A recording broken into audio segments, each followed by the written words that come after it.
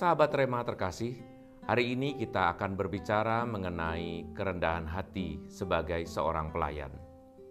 Dalam bacaan yang pertama, dari surat kedua Rasul Paulus kepada jemaat di Korintus, di situ dikatakan satu kata atau satu kalimat yang menarik, yaitu harta pelayanan sebagai rasul kami miliki dalam bejana tanah liat, supaya nyata bahwa kekuatan yang melimpah itu berasal dari Allah.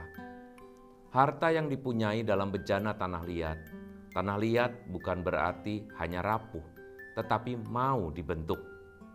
Tanah liat bukan hanya berarti satu hal yang sepele atau murah, tetapi menunjukkan kerelaan untuk dibentuk sesuai dengan tangan penciptanya.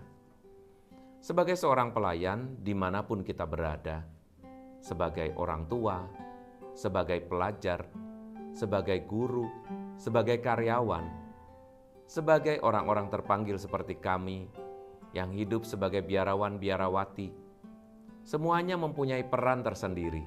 Tetapi kita tidak boleh lupa bahwa tangan pencipta, tangan orang yang membuat tembikar, yaitu Allah sendiri, adalah Allah yang mencipta kita dengan suatu maksud.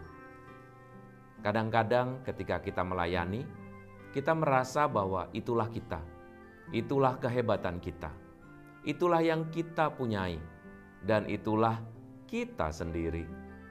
Kita lupa bahwa segala yang kita miliki ini adalah milik Tuhan. Mulai dari bakat-bakat, kemampuan, hal-hal yang baik, hal-hal yang positif, dan juga tentu saja kekurangan. Memang kita tidak akan berdasar pada kekurangan, tapi yang penting adalah pada kelebihan, pada berkat yang kita punya. Berkat ini bisa kita ucapkan terima kasih kepadanya, atau bisa kita jadikan sebagai bahan untuk kita menjadi sombong. Harta yang kami miliki ini adalah bejana tanah liat. Bejana tanah liat adalah bejana yang rapuh seperti kita juga. Sebagai apapun kita pasti pernah jatuh. Sebagai siapapun kita, pasti kita pernah mengalami situasi yang berat, yang menunjukkan atau memelekkan mata kita bahwa Allah memang berkuasa dan bahwa kita manusia yang punya kekurangan. Sahabat Rema yang terkasih dalam Yesus Kristus, Paulus sangat percaya meskipun ia sebetulnya sangat perkasa sebagai seorang pewarta. Paulus sangat dengan rendah hati mengakui bahwa semua ini adalah karya Allah belaka. Yang dia miliki hanyalah bejana tanah liat yang dipakai orang, yaitu Allah sendiri, untuk memperindah, untuk menjadi tempat, untuk menjadi wadah, untuk berguna. Tetapi meskipun berguna, bermanfaat sekalipun, Paulus tidak pernah lupa bahwa semua ini adalah milik Allah. Kalau kita merasa sedih, kalau kita merasa kurang, kalau kita masih berjuang, hal itu lumrah dan wajar. Jangan lupa berdoa kepada Tuhan, pencipta kita. Jangan lupa kita serahkan semua kegembiraan dan perjuangan kita kepada Allah. Orang-orang yang sombong tidak pernah berbicara kepada Allah. Orang-orang yang sombong tidak pernah merasa perlu untuk berdiskusi dengan Allah. Yang tersembunyi, yang tidak terlihat. Orang-orang yang sombong terlanjur melihat bahwa apa yang dilihat, didengar, dirasakan, itulah saja yang perlu dipercaya. Tetapi orang-orang yang bijaksana tahu dari mana ia berasal.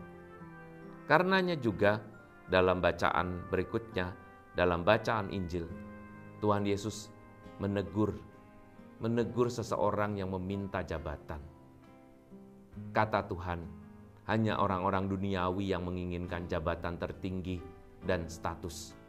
Sedangkan di surga, orang hanya membutuhkan kerendahan hati, membiarkan Allah menempatkannya di mana saja. Justru karena percaya bahwa tempat yang disediakan Allah adalah tempat yang baik. kita juga begitu. Ketika kita mempunyai anak-anak yang mungkin membuat kita berjuang, yang membuat kita merasa jengkel, merasa mungkin juga kadang-kadang lelah atau putus asa sekalipun, tentu Allah mempunyai maksud atas semua itu. Jangan membiarkan dirimu tenggelam dalam kesulitan sendirian. Berdoa dan terus berdoa. Di balik setiap perjuangan, pasti ada hal baik yang sedang dianugerahkan kepada kita. Hari ini, Tuhan mengajak kita kembali. Mengingat bahwa kita adalah bejana tanah liat yang bisa pecah, tetapi juga sekaligus bisa sangat berguna kalau kita membiarkan tangan pencipta kita membuat kita seperti itu, menjadi pribadi yang mau mengikuti Tuhan apapun yang diinginkannya. Tidak mudah memang menyerah, tidak mudah memang mempersembahkan diri kita sepenuhnya, karena kita juga di samping itu mempunyai kuasa. Kita juga masih memegang status, memegang prestasi-prestasi, keberhasilan, uang, jabatan, dan seterusnya. Di atas semua itu, semuanya akan berhenti. Hanya Tuhan yang akan membuat segala sesuatunya menjadi abadi. Perbuatlah sesuatu yang baik, percayalah bahwa bersama Tuhan Anda bahkan bisa melakukan yang lebih baik lagi. Semoga Tuhan memberkati. Mari kita berdoa. Allah Bapa yang Maha Baik, kami mengucap syukur karena Engkau telah memberi kami bakat-bakat, memberi kami pelayanan di bidang kami masing-masing. Berkatilah kami hari ini dan seterusnya untuk mengingat bahwa Engkau adalah Allah yang selalu baik bagi kami, Allah yang melindungi dan menyertai kami dalam setiap pergumulan hidup kami. Demi Kristus Putramu, Tuhan dan pengantara kami. Amin.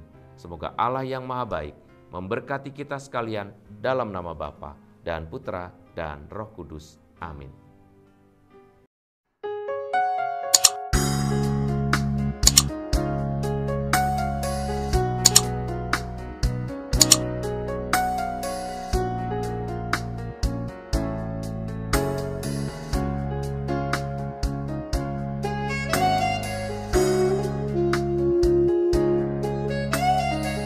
Sahabat Rema, sampai jumpa dalam program berikutnya.